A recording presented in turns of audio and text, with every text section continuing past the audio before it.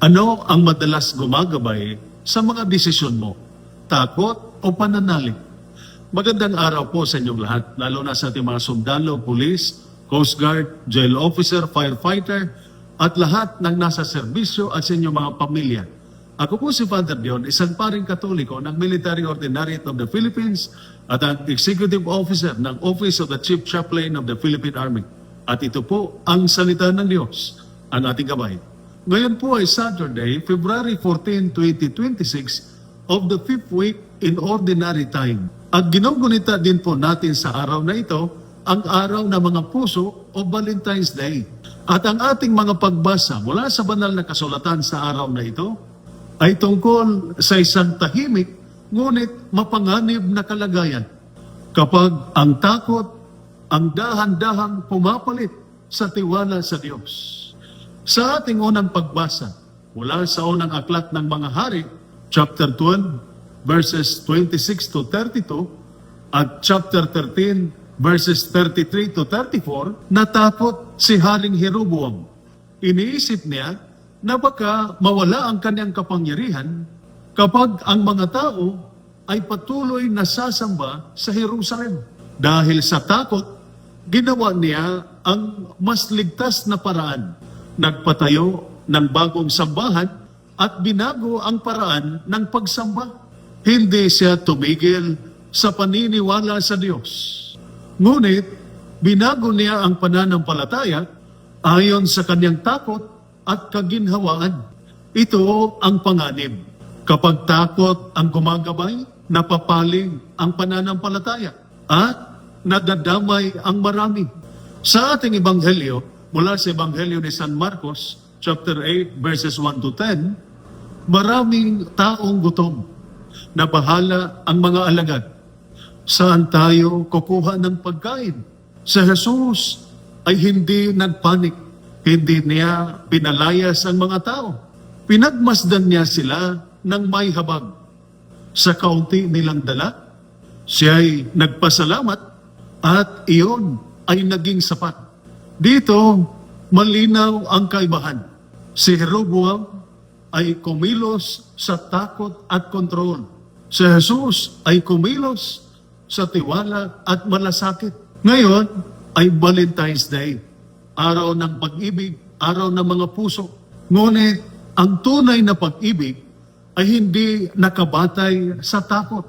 Hindi ito kontrolado ng selos, insecurity o pride.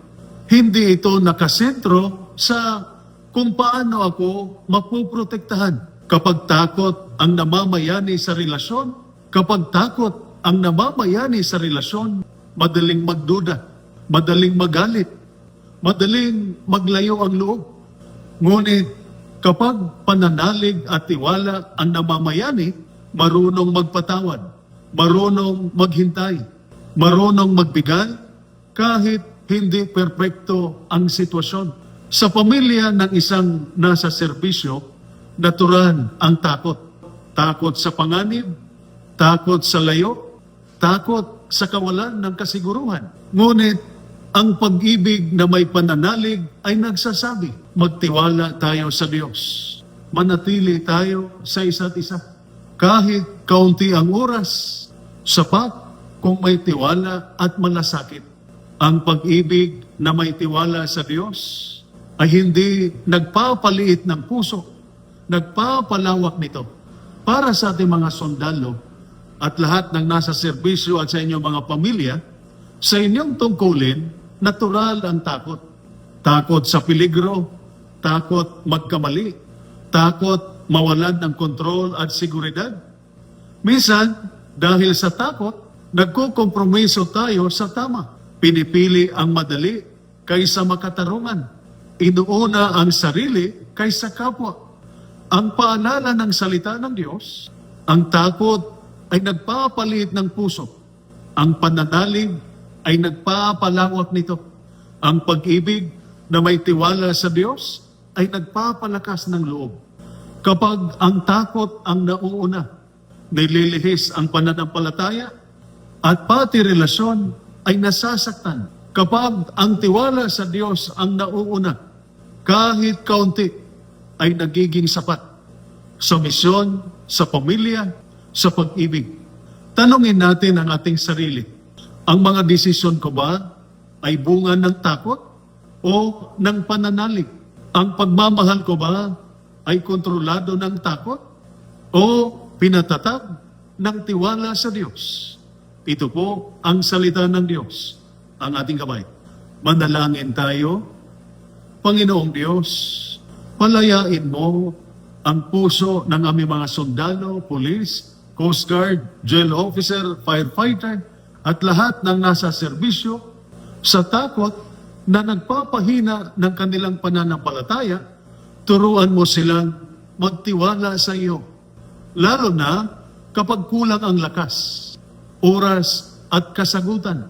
Tulungan mo silang pumili ng habag kaysa kontrol at pananalig kaysa kaginhawaan para sa ikabubuti ng kanilang tungkulin at pamilya sa pamamagitan ni Kristo na aming Panginoon. Amen.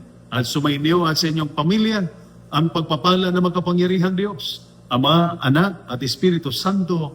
Amen. Santa Maria, Ina ng Diyos, ipanalangin mo kami. San Miguel Arcangel, ingatan mo kami. Amen.